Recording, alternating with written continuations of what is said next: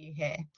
I'm Jess. I work for the Arts Council and I'm going to be chairing this session. Some of you might know me from previous roles at Writing East Midlands and First Story, and I'm here to introduce your panel to you. So first, Kerry, I'll introduce you.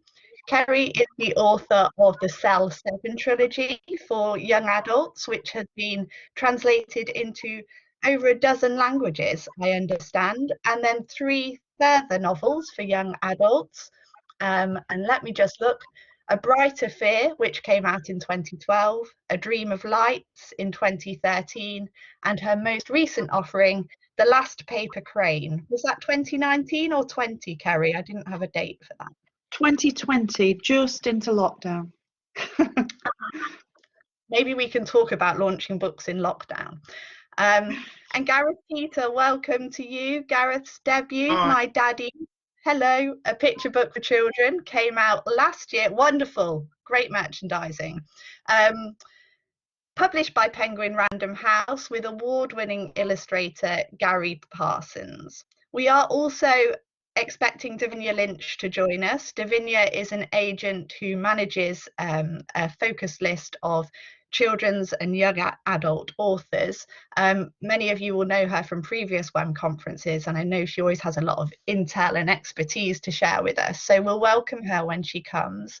But first of all, Kerry and Gareth, I think it would be really great for us to hear from you as to your personal journeys to becoming professional writers for children and young people. You write for different ends of the market. Kerry, you're for young adults, and Gareth, you're for young children, picture book market. And you're also at different stages of your career, because Kerry, you're several books in, and Gareth, I imagine you're working on your second book at the moment. So it would just be really great for us to hear about how you got here and what keeps you going. Kerry, could I come to you first on that? Yeah, of course. Yeah, it's very strange to be thought of as the old hand. It's really bizarre. So actually, thank you. Don't look at the grey. Yeah. So my very first novel, came out about 10 years ago. In fact, it will be 10 years this June. Oh no, 9 years ago this June.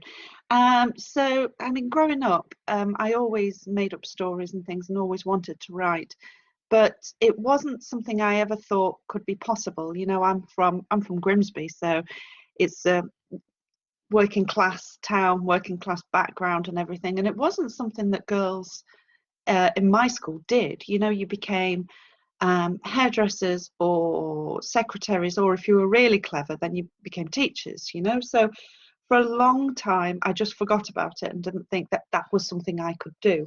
And it wasn't until my youngest started school that I thought, well, if I don't do it now, I'm never going to do it. So I went off and did a degree, which more than anything, because I don't think you need a qualification to be a writer, but more than anything, it just gave me the confidence to, and it gave me the time to write. And then gave myself a deadline that if I didn't get, if something didn't happen by the time he went to secondary school, that I would forget it all, you know, and get a proper job. And then it was the June before he left primary school in the July that I was offered a publishing deal. So yeah, it's I think when you get your first publishing deal, you think that's it, I've made it, but that really is just the first step, and the goalposts move constantly, and there are no guarantees. It is a tough business. It's a wonderful business and it's a great community, but it is a tough business too, and you have to really develop a thick skin and remember that any knockbacks you get, any sorry, the word's completely gone out of my head. You know, if you get rejections from submissions, it's not personal. They're not rejecting you personally. It's just that book. And it doesn't mean that that book isn't any good.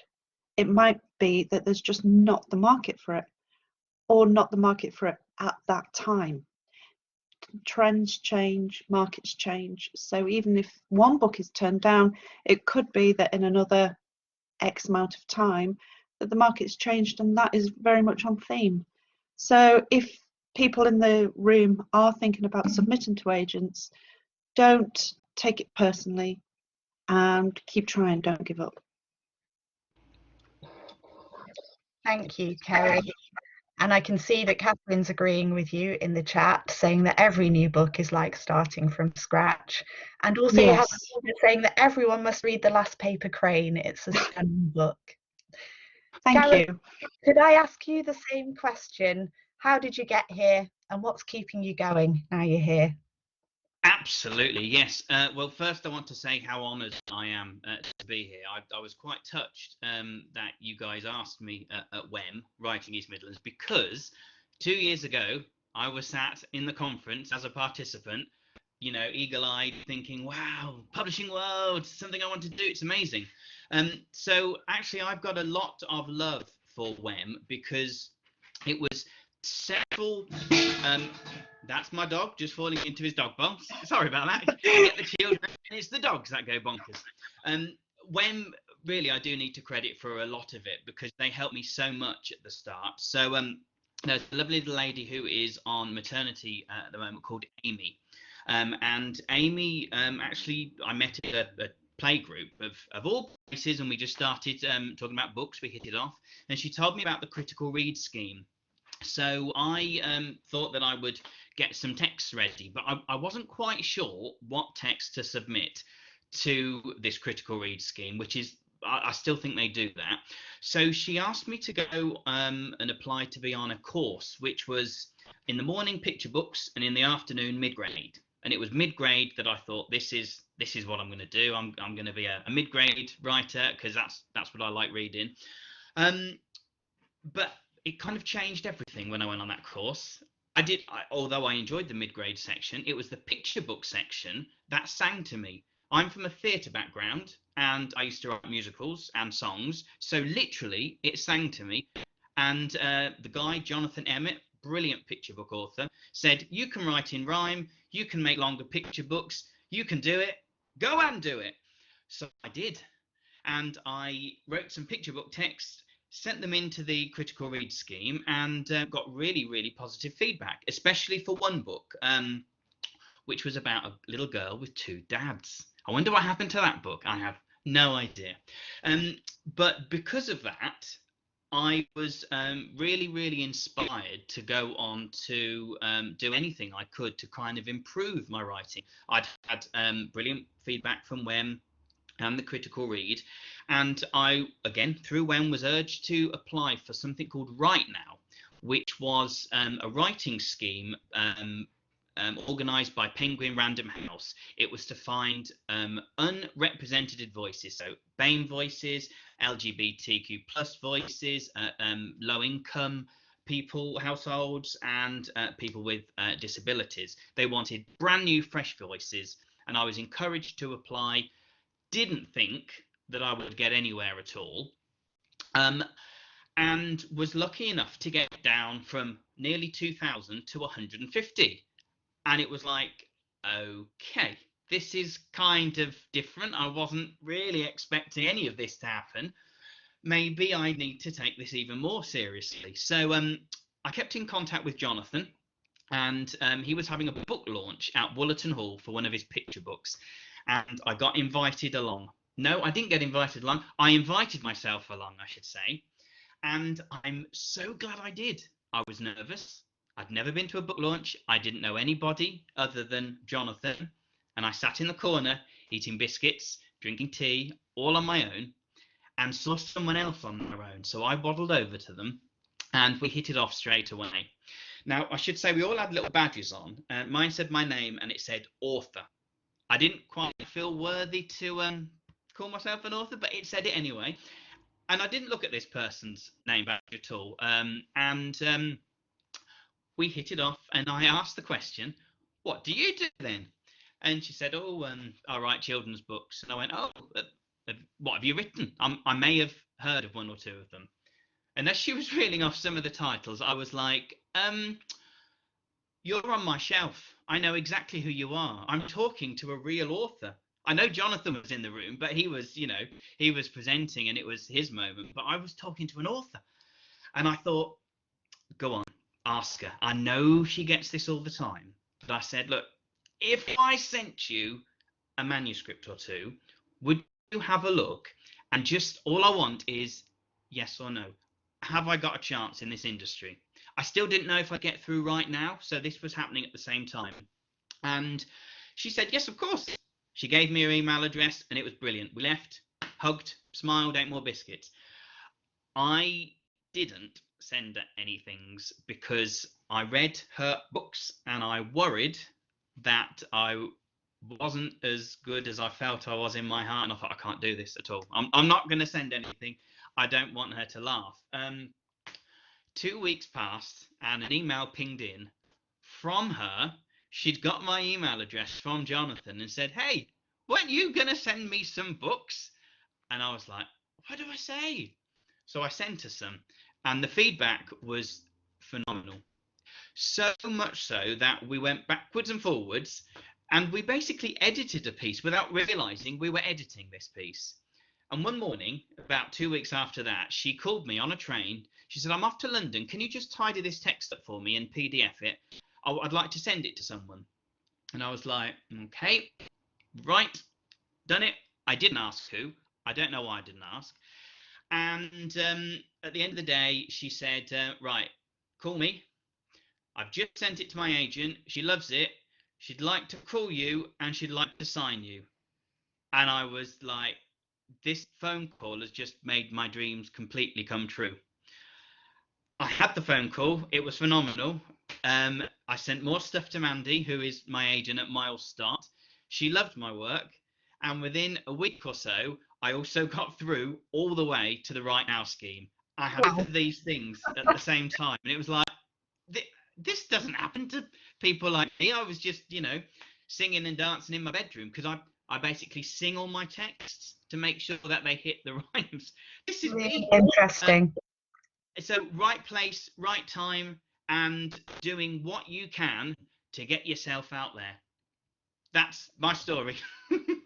That's fantastic, Gareth, and congratulations and well done. It's a great story in itself, and I think two things you've both said. Big up to the writing community, because that sounds like you've both had experiences of the community helping each other, even though it can be tough out there, and we know it's really tough out there. But also, I think it would be right to give mention again in case people are interested in WEM's critical read schemes, and I'm sure you can find more information on that on their website. And was it a Writing School East Midlands course, the Jonathan Emmett course that you went on? Absolutely, yeah, it was. Excellent. I owe so much to them, and I'm so proud that it's something that we've got within the Midlands as well. So honestly, any opportunity, grasp it. Fantastic, thank you. I just want to double check with Dan or Jason that I haven't missed Davinia joining. Can either of you let me know? Davinia is on their way with their apologies. They're going to be with us as soon as possible. Carry on regardless, and we will inform you when Davinia arrives. Thank you for checking. Wonderful. I'm hoping that her picture will just flag up and I'll know.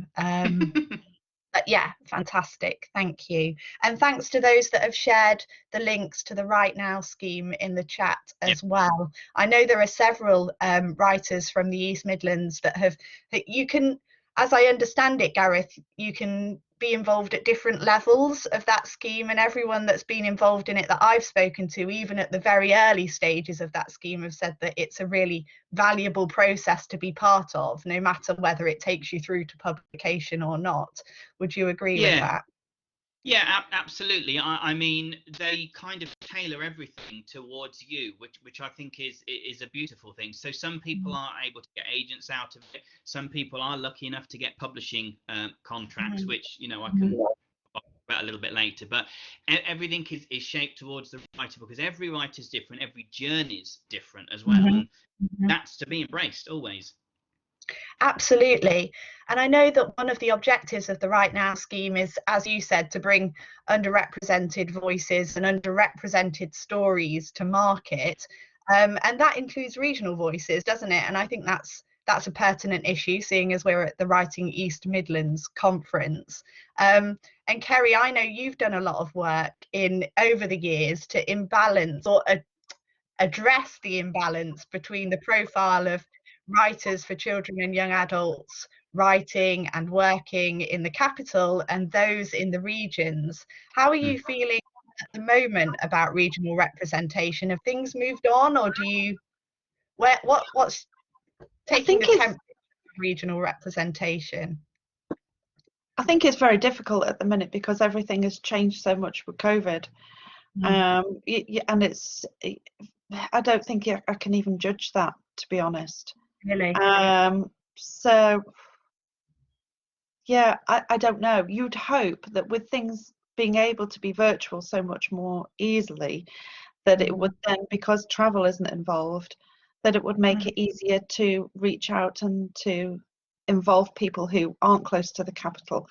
So you kind of hope that this all pushes that forward, maybe. But on the flip side, as we come out of lockdown, maybe people will want social interaction more, and want to see people more. So maybe that will be temporary.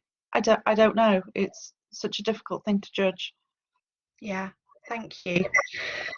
And you both work with agents. Do you both have agents at the moment? Are you able to tell us a little bit about your experience of working with agents? Well, and I'm sure Davinia can add to that when she joins us.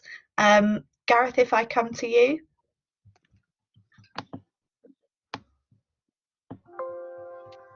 You're on mute.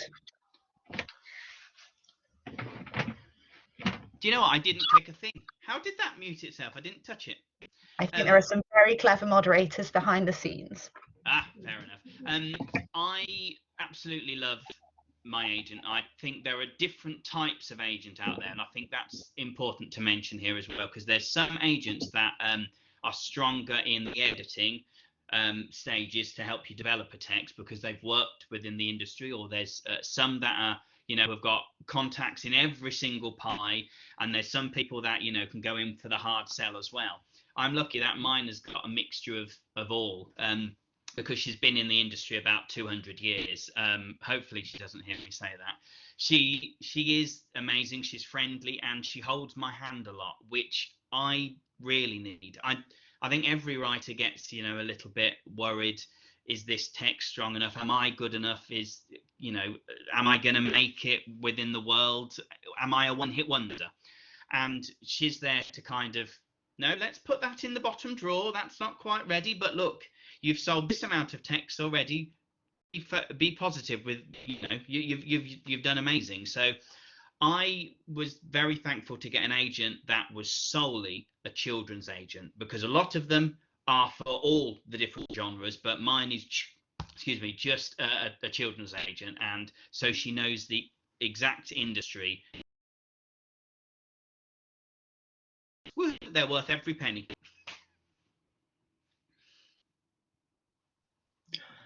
Can I just jump in there? Sorry to interrupt, and just say that Davinia has joined us, Jess, just to let you know. Hello, sorry. I'm so sorry. Here you are. Hello, welcome. Hello, my apologies to everybody. Don't worry, we're enjoying our conversation, but we're really delighted to have you here with us. Actually, it's perfect timing, because our writers, Gareth and Kerry, are telling us about their experience of having an agent and gaining an agent. And Davinia, if I just give you a proper introduction, and I know you've been at the WEM conference before, so that's excellent to see you here again, but you are founder of Andlin, a boutique agency, and you manage a list of children's, young adult and commercial adult fiction. So welcome. That's right. Hi. Thanks for having me. What I'll maybe do is we'll speak to Kerry about her experience of finding and working with agents, and then I'll come to you, Davinia, to talk a little bit more about that, if that's okay. Absolutely, absolutely. Fantastic. Hello, Kerry. Hi. So my experience with agents, I've had 2 agents, and I was originally with one, And then after a period of time, we just didn't gel, and we were kind of going in different directions. And I think at the time I was petrified of leaving, because you work so hard to get an agent. Then the thought of then turning away from that is very scary. But you need to get on with your agent, and you need to be able to talk to them. And I just wasn't getting that from the person that I was with. So the agent that I'm with now, I'm with Jane Willis at United Agents, and we just have a good friendly relationship, and she answers emails, and she's supportive, and she's in my corner, and like Gareth says, they hold your hand, but also they're constructive in their criticism. A good agent is constructive. You don't want somebody who's going to say, oh no, that's rubbish, throw it in the bin. You want somebody who can be more constructive than that, and encourage you. So yeah, I think before I left my first agent, I talked to a few people, and it is far more common than I realised that people will change agents. So yeah, I think that's it, Jess. Sorry, there's a delay in bringing myself off mute. Thank you, Kerry. Davinia, are you happy for me to bring you in here? Absolutely. I think that finding an agent will be of interest to lots of people in the Zoom room. We've got 83 people in the room, which is fantastic. So is there advice you can give in terms of finding the right agent? I'm aware if we're talking about unpublished writers, there's potentially a power dynamic here between agent and unpublished writer. So how do we find the agent that is going to represent our interests and have our back, etc.? How do we not rush into unhealthy relationships? I think the first thing to always do is research. I know, like, once the manuscript is finished, people are eager just to get it out there, get that cover letter done, do the synopsis.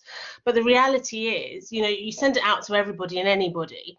But if you haven't done that research, you don't know whether that agent is the person for you. And you can get an idea of that by kind of checking Twitter even, and looking up interviews, seeing who their clients are in the first place, just like you would do with any other relationship, or kind of finding, a service, because that's what we are offering. It's a service. You want to get an idea, that they are on the same wavelength, and you can get that pretty quickly. Even look at the clients they represent, their Twitter accounts sometimes, do they have much interaction? I have to say, I'm not a huge Twitter user, but you will see my relationship with clients when we interact here and there, and that can give you a good idea. I mean, for me, I'm looking to represent someone for the long term. So, we will have, if I'm taking somebody on, I'll have a couple of chats just to make sure that we're on the same page editorially, particularly. And I think, if you're getting any alarms or, warning bells in your mind, listen to that. Just like you meet anybody else in day to day, if you'll get on with them. And it's exactly the same with an agent. Yes, it is a business relationship, but publishing is so people oriented. It's hugely important that you can get a sense of that relationship first. And then in terms of the practical thing, besides the research, send out to a handful of people first. A lot of agencies can't give critique, but if you're not hearing anything back, maybe there's something to look into that. Don't send to one agent at a time. There's between 6 to 12 weeks response time. If you're waiting for one person to get back to you who might not actually get back to you, you're wasting a lot of time effectively. So yeah, I mean, does that answer your question in some way? Yeah, I think it does. And please feel free to post in the chat further questions for Davinia around seeking agents. Gareth, did you have something to add there? Yes, before I did all of the Right Now scheme and the other avenues. I actually have got a little book of submissions. So I sent out to 5 publishing houses and I wrote down 5 agents that really spoke to me. I looked at their clients, I looked at their social media presence, but I also I googled into them to find out what kind of people they were. You know, what kind of things were they interested in on their LinkedIn profile, all stuff like that. And I found this book again once I'd signed with Mandy and realised that they were #1 on my list. I didn't realise it was the same agency when I signed, but so it's meant to be. I think you just Yeah. go with your gut feeling. Excellent. Thank you.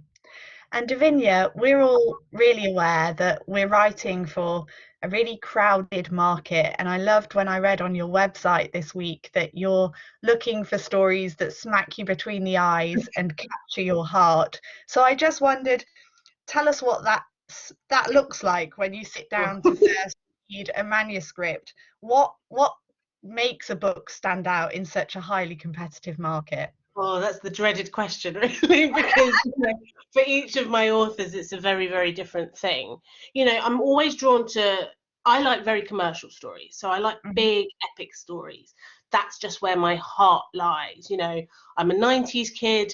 If you gave me something which was kind of echoing Jurassic Park meets Indiana Jones, which is 80s, I suppose, but then I'd be very, very happy. But that doesn't mean I don't like quieter stories. I represent a chap called Malcolm Duffy, who's brilliant at writing very issue-heavy stories, but with hope and humour.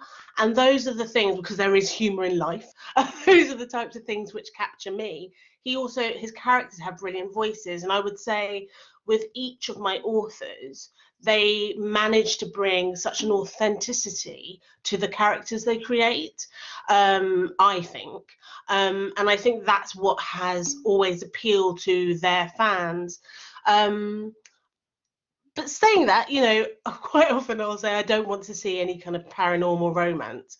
What's the bet? The next thing I probably take on will be a paranormal romance, because they've done something which completely blindsided me. And I think that's what I mean by kind of hitting my heart, because you never know where that will come from. Yes, on paper, I could say, again, I'm looking for middle grade, like epic adventure stories, contemporary, funny things for 5 to 7-year-olds, which are humorous, but again, adventurous. I'm looking for horror for both middle grade and YA. I can say all of those things. I know very clearly what I want there.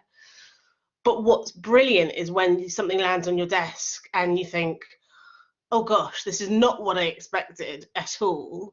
But I just love it, as you do when you read a book generally. So that might not be particularly helpful, but I would always say, I am actually quite open. And unless specifically at a time I'm saying I'm not looking for this, which is quite a business related decision, then generally, I'll happily read everything. And actually, I do read, I scan. I may not be able to come back to everything because it's just me and my agency, but I do scan through everything that comes through, because you never know. Yeah. Really. Thank you. And there's a question for you in the chat, Davinia. What are the best resources for searching for agents, as you can't always trust Google alone? No. So I would say Writers and Artists Yearbook, as I think Gareth said earlier. Jericho Writers can be quite good, actually. They have an agents not forum, but kind of what's it called, database. And actually, I think Twitter really is your best friend. I can't, however, I do it for a lot of research of editors, actually, use it rather. But you can make lists, and other people have created agents lists, which are both here and the US as well. And kind of they say what they're into. I think it's such a wonderful resource. And then doing things like this, there are a lot of smaller agents out there, actually, who are doing fantastic stuff. They may not shout about themselves all the time, but you don't want to miss them. So this is where research is always the best thing. Without doing that, you don't know who you might not come across. Yeah, excellent. Thank you. Can I just add to that? Just on the point of agents and Twitter, my agent doesn't use Twitter to promote her authors, because she says she gets paranoid about promoting one more than the other, and then because writers are quite paranoid people, so if they're not on there, it's not necessarily a bad thing. There can be, you know, so don't take it necessarily as they're not there, so I shouldn't use them. So. Wholly agree. I agree. I'll say that too. My agent Mandy really doesn't use Twitter, and I think she has something like 20 or 30. The agency has Twitter, but she personally doesn't, because she doesn't want to be as visible. And I'll give you an example. So my book was actually meant to come out last year during COVID. It didn't. It's been delayed a whole year and came out on Thursday. And she tweeted in the first time for a year and a half maybe to congratulate me. And she got people messaging her on the back of that saying, "Are you accepting new people? Can I send you some stuff?" And it was like, okay. That's why. Yeah, I think it's such a fine line to, and you know, I definitely have a love-hate relationship with it, so I completely understand where Mandy's coming from. And another question coming in for you, Davinia, about the pros and cons of a boutique agency like Andlin compared to a big one, for example, David Hyam. Yeah, I mean, look, I think the big ones are great because they have the reach, they have the visibility, there's no denying that, and you have fantastic agents there, and they have that kind of internal collaboration. So, you know, they're a team of people who are working together to support each other's clients, and having those extra feelers out there is a brilliant thing. On the other hand, I would say with a smaller agency, you know, if I'm talking particularly myself, I'm only taking on people who I have the resources to kind of cover them. And with that in mind, you know, there are some agents who have very large lists, and so they may not necessarily have the time to kind of invest equally in each of those clients. And that comes down to a number of reasons. It's not just as simple as they're not interested in them. Some clients might not be writing at that time. You know, many writers have their day jobs to be getting on with. But, you know, when I'm taking on people, I don't take on for a book. I take on for the career, the potential career. But that's my focus. So I feel if you're going with a smaller agent, that's possibly what you're going to get. You're going to get that more intimate relationship. You know, some clients I speak to virtually every day, and then some I don't speak to that often, or it depends on what they're working on at the time. But that flexibility can be there. And I also think, you know, and when I use the word honesty, I don't mean that big agents aren't honest, not at all. What I'm saying is that because there's that more intimate relationship, I feel that I can be, you know, with my personal situation, I can say, well, this is what's going on at the moment. Let's talk about this. Let's work around the schedules here, there, and, you know, and that's what I mean. Like there's that honest flexibility. I'm working for myself and you, and that's it. There's nothing outside of that to interrupt. Thank you for that.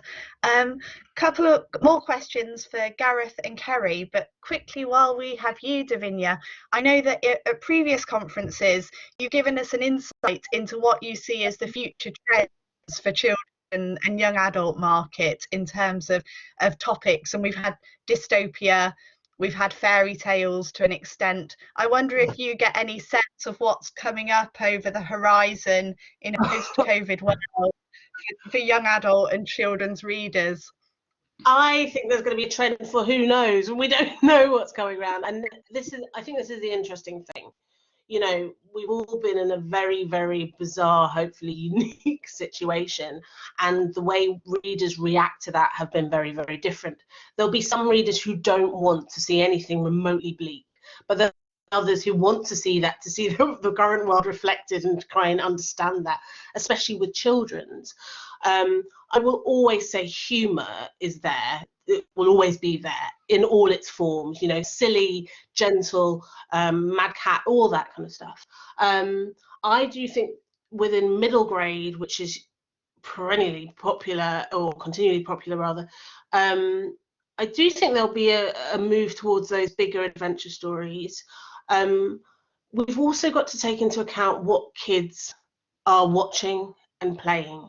I have a 7-year-old, a 3-year-old, and a 2-year-old. And what's been interesting over lockdown is looking at the types of storytelling they're consuming on TV. There's some really advanced storytelling out there. And I think whilst the book industry certainly matches it, it's much slower. And I think we're going to have to become more reactive to that. And I do feel there will be kind of a move slightly to creating stories which have more of a 360 kind of approach. You know, they potentially lean themselves towards adaptation in other ways. I'm not saying that's all stories by any means, but I think there'll be certainly a looking for that bigger, bolder IP effectively. But yeah, who knows?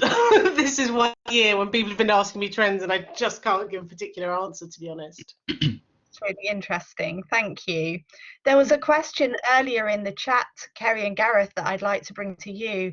And forgive me, I can't remember your name, but someone commented that they realised that they write for the parent, that they imagine reading aloud to the child. Do you find when you're writing that you have a young audience in mind? Do you have an audience of parents in mind? Or is it simply that you have yourself and your story and your characters in mind? Kerry, can I come to you first? Well, with YA, I definitely wouldn't have the parent in my head. But I think I just write the story.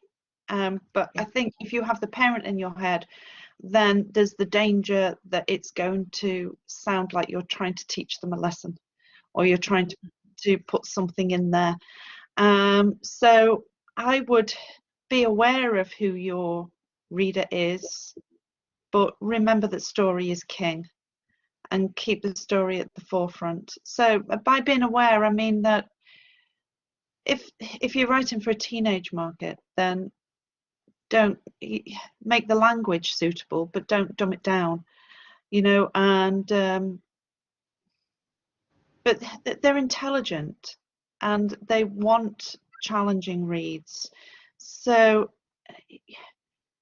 I think when I write, I don't overtly think about the reader. I think about the story. I think about why a reader, not the reader, would want to turn the page, why they're invested in that, why it's exciting. Yeah. So, but I think it might be different for picture books, but I don't think with YA I suppose because the students are reading it themselves anyway, be rare for that kind of age group to be read to by a parent. Yeah. Gareth, what's your experience? Do you have a parent in mind? I guess your market is much more one where parents will be reading aloud to their children. Yeah. I generally write for my boys. I think if I focus, because they're 6 and 4, they're the prime target. But also being a parent, and also being a parent that is not always mature and quite silly and quite a child in his head, I tend to write for me. But as a child, which is kind of bizarre. So I think picture books have got to be child focused in terms of don't be too preachy. If there is a message, it's got to be kind of like hiding the vegetables in a child's dinner. It's got to be within there, but you know, creatively done. But you've got to be aware, especially for picture books, that it's generally an adult that is buying the book for the child. So there's got to be some kind of appeal. Whether or not that is something like poop in the dinosaur that poop books, because all parents love stuff like that. I don't know, but there's got to be both elements need to kind of marry together. Can I ask you a question, Gareth? Can I ask Gareth a question? You said that you write for your boys. Do you think your writing will change as they get older? Well, that is a very interesting question, Kerry. Thanks for asking. I think absolutely.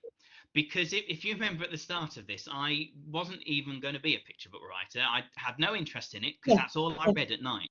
It was mid-grade, and I started a series which I kind of think is going to be coming back. Right. I'm not quite sure if it's going to be the same, or if I've learnt enough about writing now to make this work and sing. But I think I will grow as they grow. Maybe. Yeah. You could end up writing for adults. You could just go through the whole age range and come out the other Yes. side. Yes. Let's do this again But in children are 15 much years. more fun to write for. Oh yeah, I agree. You can do anything in children's books, anything. Yeah.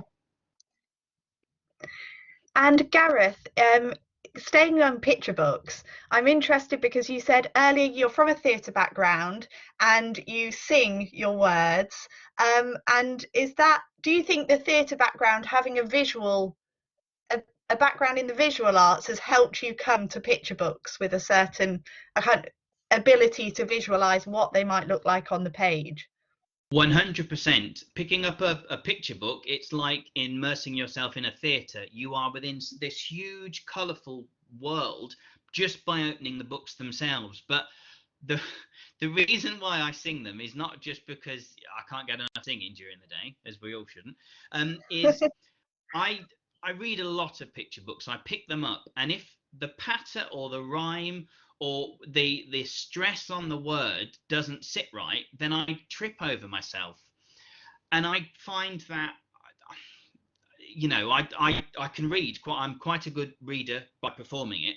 And if I trip over it, then maybe parents who aren't as gifted, that's the wrong word, but aren't as good as doing that, will trip over it as well. And I don't ever want that to be the case. So I sing it, and if every beat of every syllable falls where it should do on the same structure, we should be able to read it smoothly and fast. That's another good thing. Read it very fast, and if you trip, change it. And do you test the reading aloud on your children? Do they have to read it without tripping? I've heard that Julia Donaldson tests her work out on primary school classes, and they go over and over and over it. And if there's just one word that's tripping up the children, then she takes it out and puts something else in. No, I don't, because then my 6-year-old isn't the most gifted reader just yet. He's definitely improving. But I mean, there's two things there. One of them is, hey, Daddy's just written a new book. Do you want to hear it? Yeah, no, I'm all right, thank you.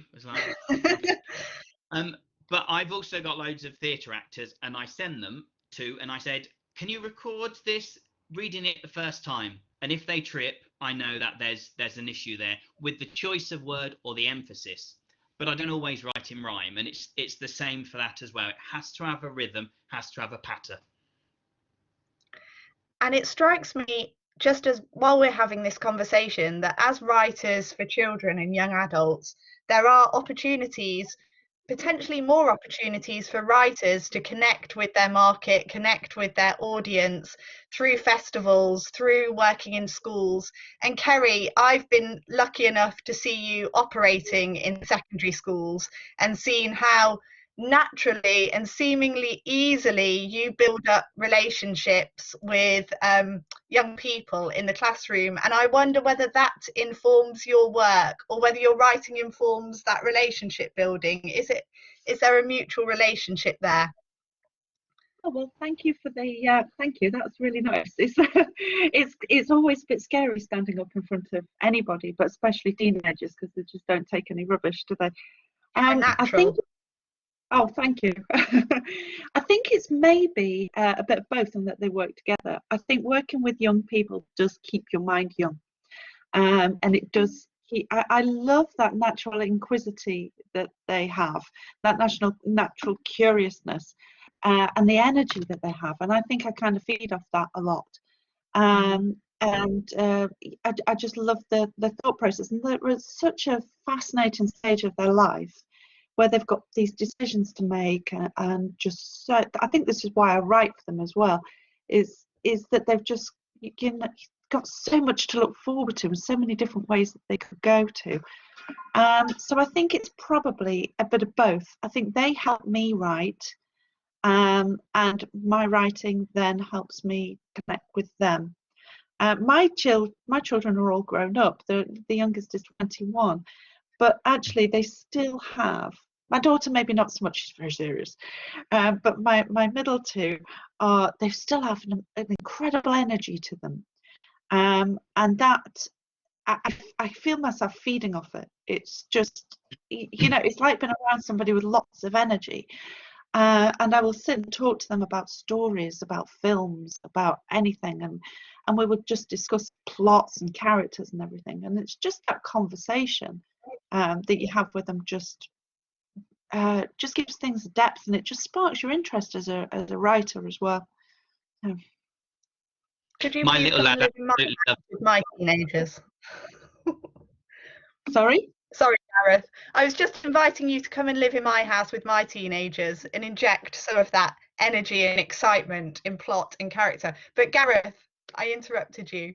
No, it's okay. Sorry, I talked over you as well. My little lad absolutely adores films and stories, and I think he's a very visual kind of guy as well, more so than words. But we were watching some epic fantasy the other day, and he turned to me and he went, "Is that green screen?" And I was like, "How do you even know what green screen is?" "Yes, it's not real." "Well done." Very good. Kerry, we have a question for you from Emily Harlington.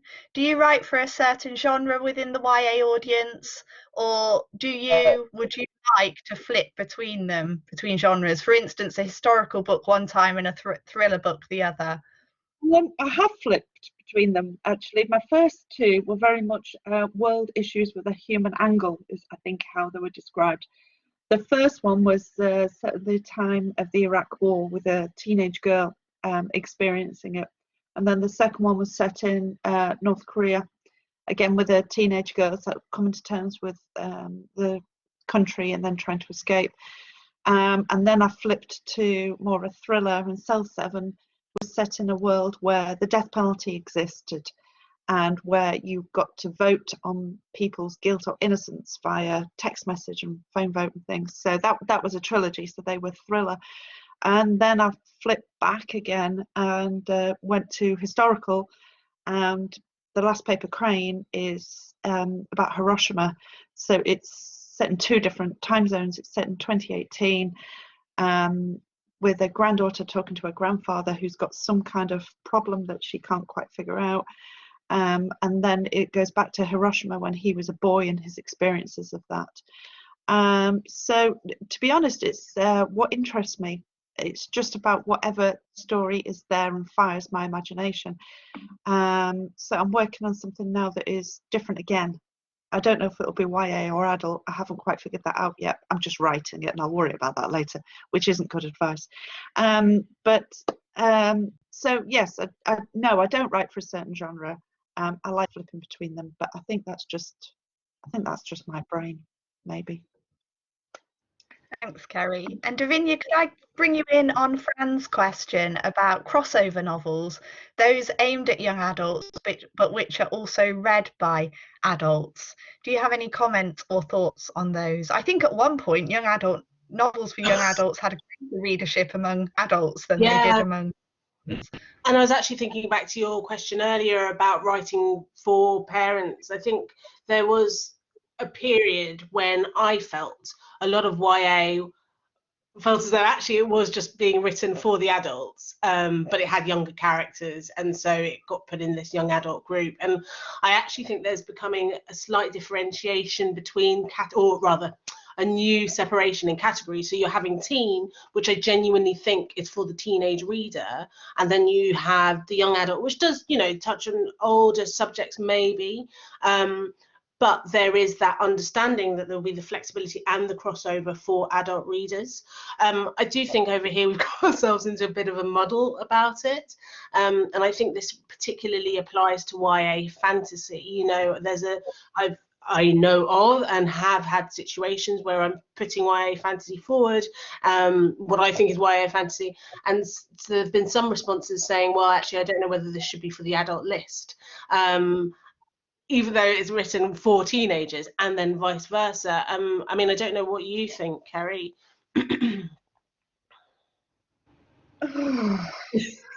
a tough one. Yeah, I don't know. I think there was this, I think after Harry Potter, there was this thing like, oh, all YA books can be read by adults. And I don't think you should set out to write a crossover book, because I think then the dangers are that you'll get yourself in a pickle. Yeah. I would go back to what I said before, that remember that story is king. Yeah. That whoever you are writing for, that it's got to be a good story, and if it is a good story, then an adult will pick it up, and a YA reader might pick it up. You know, you go back to before, and I think Junk by Melvin Burgess was probably the first one round in the UK that was classed as YA. But you go back before that, then you've got books that probably now would be published as a YA, that then were published as adult. And even you know, when I was a teenager in the 80s, I was reading Stephen King and reading Virginia Andrews and all that kind of thing. So if I was writing, I wouldn't be thinking I need to write a crossover. I would just write a good story and think about where it will fall. I think the only thing to be aware of, and Davinia can probably comment on this better, is that you don't want it to kind of fall between two stools. Yeah. And not kind of fit YA and not quite fit adult either. And I think that's maybe where the danger is. Yeah, and I mean, just picking up on what you said, because story is king, but I would also say, do try and have, like, who would your, I know it might, for some writers, it could be creatively handcuffing to do this, but do have some idea of who you want to write for, because then that will dictate to a certain extent where you're pitching that story. And actually, I mentioned Malcolm Duffy earlier. So his first book was My Man, My Dad, Me. It was about domestic violence. You know, it was heavy. The main character in it is Danny is 14, I think, off the top of my head. And it is firmly, I would say, for 14-year-old readers, because it's that kind of coming of age story as well. But I know that it absolutely appeals to adults. But when Malcolm was writing it, he was writing it for the 14-year-old boy. He wanted to tap into that that story, that living experience, and it just so happens that it drew in older readers, and actually it kind of, you know, more advanced and perhaps maturer younger readers were drawn to it as well, who may have recognized the world in which Danny was living. But Malcolm knew, again, at the center of this is a story, I feel, for the 14-year-old boy, basically. And a question that is in some ways connected, a writer in the chat writes horror and wondered if there are any suggestions of whether and where lines should be drawn for young adults. And I think this is a conversation we've had at conference before in terms of content for young adults and whether anything is off the menu. Kerry, do you have anything on horror? Yeah, I do. I think it depends how it's done, and I think if you're doing it gratuitously, it's a no-no for teens. I think you can write really good, really scary horror, but make that horror and scare tactic work for the story, and not put in blood and gore and stuff just for the sake of having blood and gore in it. I think that would be just don't make it gratuitous, and make whatever is in there for a purpose. And also I'd suggest read what's out there at the minute. Read horror that is for YA. I think Dawn Kurtgich has got some good novels out that are horror, and see what other writers are doing and what they're getting away with. And I think it's, sorry, I didn't mean to interrupt. I think it depends on the type of horror as well, you know.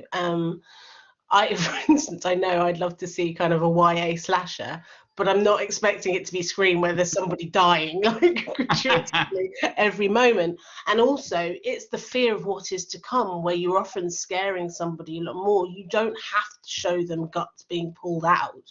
That is going too far. And actually, another series which I'll always reference because I just thought it was fantastic, and I don't even love zombies, is Charlie Higson's The Dead or The Fear, or I can't remember what the series is, because it's done so well. It's horrifying. And I remember when I first, read it, I could see myself as, a 12, 13, 14-year-old at different stages and different ages having, reacting to various elements of the story in different ways and getting fear, the impact of the fear being created, would appeal to a different age group. He did it so well, and there's nothing in that when I read it back as an adult which I would say there's no way a child should be reading this. So I'd always, that's my reference for horror. It's absolutely like that though, isn't it? It's like it's scarier when you don't know what it is. You know, you show a little bit of it, don't show the whole thing. You know, it's like watching a horror movie where there's all the tension and everything, and then you see the creature and you think, is that it? You know, just That's so. And actually, there's something. So I used to be a film and TV agent. So when I was reading screenplays, one of the issues was always the fact that someone started a scene too early and finished too late. And I think in horror, nothing could apply more. Knowing when to kind of enter and when, I mean, actually it applies to all storytelling, I think, but particularly with horror, knowing when to leave is perfect, and letting the imagination do everything. There you go. Yeah. Thank you so much. We have 2 minutes left. One really quick question for Kerry. Young adult, realism versus happy endings. Where do you sit on that seesaw? Oh, well, that's a tricky one, isn't it? I mean, it depends on your reader. I would say that you need to give the reader some kind of resolution. Doesn't need to be all tidied up, but give them something. Having said that, I read a fantastic novel, and I can't remember for the life of me what it was, and it ended and they were just they shipwrecked on this island, and it ended where they saw something on the horizon, and it's like what's going to happen now? But it was resolved to an extent. They had seen something. I once did a session with a BBC writer, and they said to me, give the reader what they want, but not how they think they want it. And I kind of hold that. I like that advice. So I don't think there is an answer to realism versus happy ending. I think it depends on the book, depends on the reader, depends on the writer. But yeah. Great advice to see us out with. Thank you, Kerry. Thank you, Gareth, and thank you, Davinia.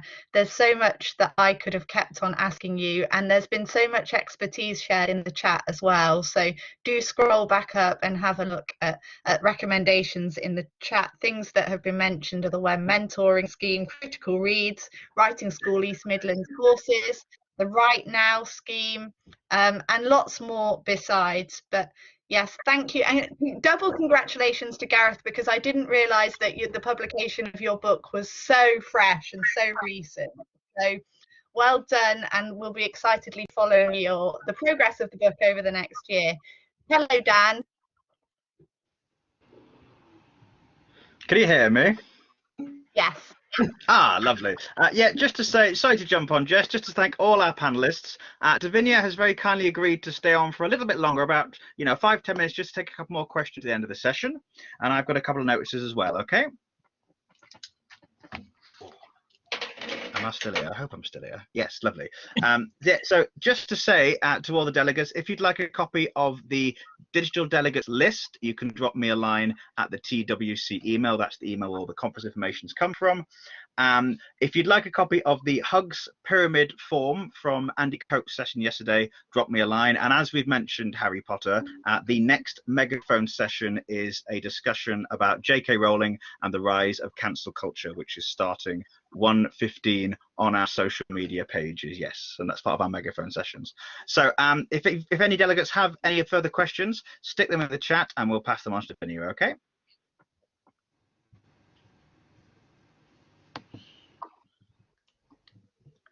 No.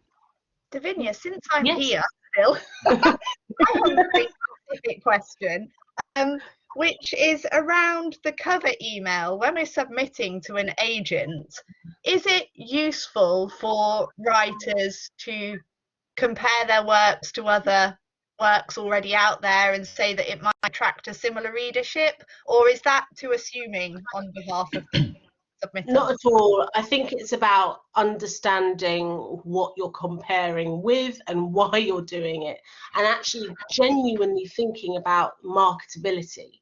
So it's all very, with Harry Potter has come up many a time, it's all very well comparing with Harry Potter. But, you know, that is now like, what, it's a 20-year-old series. So what about something which is fresher or newer? And yes, that's a classic, but it's kind of, it's also understanding what's happening and what's moving around in the market and showing the agent that you have a clear understanding of the readers of today, I feel. And again, using Harry Potter, I mean, look, that's an insane comparison, because it's gone on to do crazy stuff. So then if you tell me, oh, this is Harry Potter meets the Hunger Games, well, I don't know. I mean, that could be anything really. So there's no point just picking out random comparisons just because they're bestsellers. That's the other thing I would say. And also, I do feel kind of focus on 2 comparisons only, if you can. So you could say, oh, I feel like my writing is similar to an author, which gives you the shape of what they would love to do with the career, and then meets a particular story. But if you're going to throw in another comparison, that can confuse. So I've had things come to me, and because there's one really random book put in there, which the author really liked effectively, then I thought when reading the manuscript I was going to be presented with something completely different. And actually it can either disappoint or frustrate, which is obviously not what you want to do, because we're literally scanning, you know, the submission. Thank you. That's really helpful. I did see a question further up in the chat. Question for Davinia: if there's time, are there any middle grade genres that are particularly hard to place at the moment? I've heard agents say that there's too much MG fantasy, for instance. I think it depends on the fantasy, really. I would say that kind of Alice in Wonderland, topsy-turvy, through the mirror kind of world, there is a lot of that at the moment.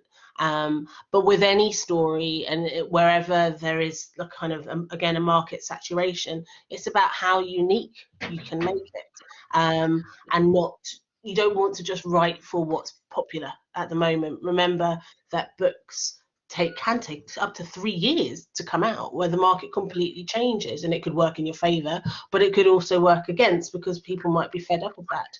I do think fantasy will always be popular. Going to other worlds is always popular, but it's just the way in which you do that. Time travel is hugely, you know, is in at the moment. So is multiverse. Sorry, my kids are crying in the background. So there's, I think it kind of goes all ways. Sorry. Don't worry. Yeah, that answers that question. That was Catherine's question. I think the chat is now quiet and your children sound like they need you. Dan, are you happy for us to bring this session to a close? Oh, he's reconnecting. Yeah, Dan's reconnecting. So, Hi, Jason. Yes, thank you very, very much. It's been, I mean, you can just see by all the interaction that's been taking place in the chat. Oh, well, Dan. Oh, is there any market? Will we have a chance to see him? I'm happy. I mean, I'm happy to stay a bit long because I was late. So, you know, don't worry. I can. Okay. Sorry, I think I'm back. Hello. Yeah, I was going to say, Jess, if you want to pop off, you're more than welcome. So I appreciate we've gone a bit over. Yeah, but if you want to stick around, maybe just give it another 5 minutes, see what's in the chat, Absolutely, and we can keep an eye on the box. That's late. great. Thank you. Yeah. Yes, I am open to submissions, Moira.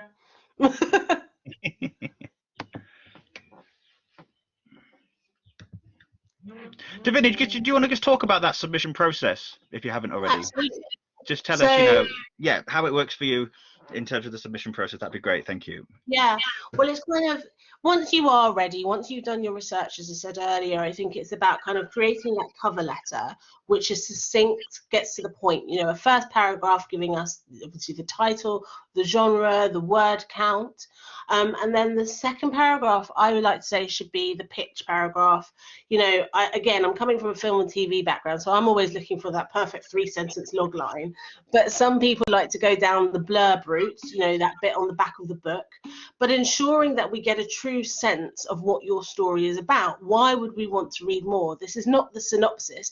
This is the kind of the thing which is going to sell it to us. And what I always say is that, you know, quite often a brilliant pitch paragraph will be carried through from that covering letter right until, if you get that, the agent, the publishing deal, once they've kind of spoken to all the different people in a publisher, so the rights department, the marketing, sales, they will use that initial pitch to sell that book further down the line. So think of it in the long term. Keep practicing with people. You don't get a pitch right in just a simple kind of sit down. But the other thing is test it on people. And if people, if those listeners have questions, listen to them. They are readers too. They know what they're talking about.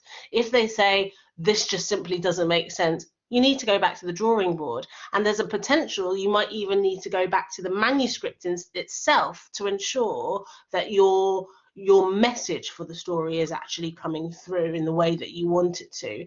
And if you can't kind of condense it into this small little paragraph, then again, alarm bells should be ringing. What do you need to figure out?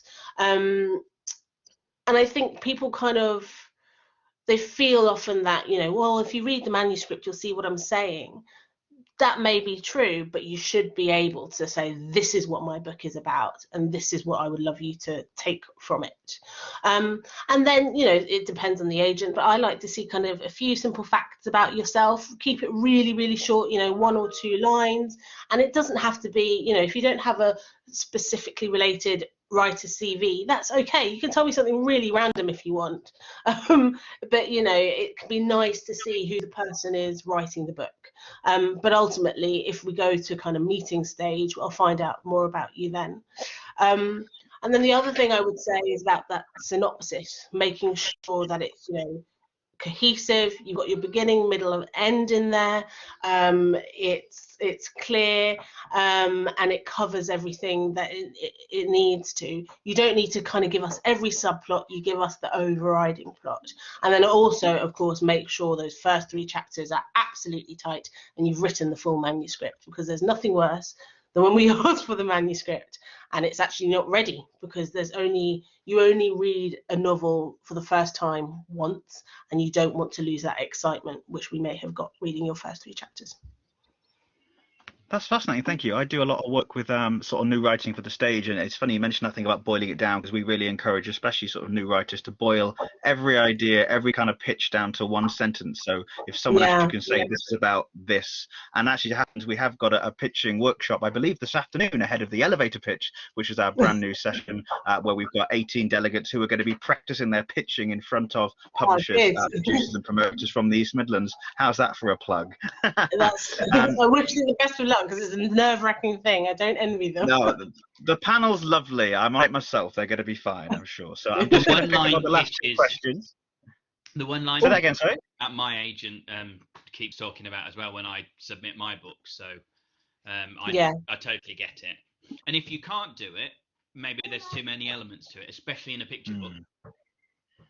Do you find that it helps your kind of writing more, kind of getting that line done? So after you've done a first draft, and then you go back to writing that line, that log line, and then you can go back to the full manuscript and say, okay, this is not coming through or whatever. Yeah, absolutely. And I've cut verses and verses out as well, which I thought were totally necessary when I was constructing this. I knew exactly the journey, but then you get to that point and it's like, okay, no, that's 3 lines of dialogue of what it's meant to be about. That can't be the case. So I've gone back and re-edited it. Yeah. Wonderful. I'll just take the 2 more questions in the chat. We'll just pick up on them quickly. So Alicia's asking, do you accept bilingual books or stories? Personally, I haven't actually been in that situation, and my thinking would be it wouldn't immediately grab me, but that's because unfortunately I'm not bilingual, and it very much depends on the story and how it's done, to be honest. I'd say I'd be open to see what you have. Lovely. Yeah. Thank you. And we'll just take one final question from Claire. How do you feel about trilogies for YA? I think if you have actually thought it through, and have your storylines there. There's no problem with it. I would have said, you know, a few years ago, you couldn't always, it wasn't always a given that you'd get that 3-book deal. But invariably, if you kind of have that first manuscript there, an agent can go to the publisher and say, look, this is part of a trilogy. But I would also say make sure it stands alone, so that if those further books don't have opportunity to come out, then you know you're satisfying your reader at the end of the day. Lovely. And with that in mind, And I guess, actually, it warrant a trilogy. Sorry, because sometimes you know you're saying it's a trilogy, but it might not need to be. It could be a duology.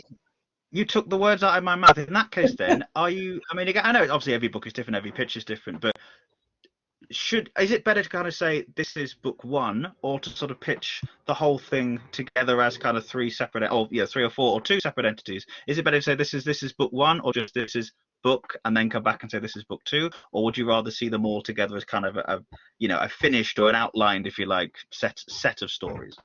No, I would say have that first book there and say, look, this is a standalone story, but it does feed into a trilogy which has been thought through, basically. But I want to see that first manuscript alone, and then I can kind of take it from there. A similar thing happened to me. I've actually got a picture book series with Simon & Schuster, and the first book comes out in time for Christmas. It's a Christmas version of this set, but that isn't the original one that I wrote, and I didn't think that was going to be number 1.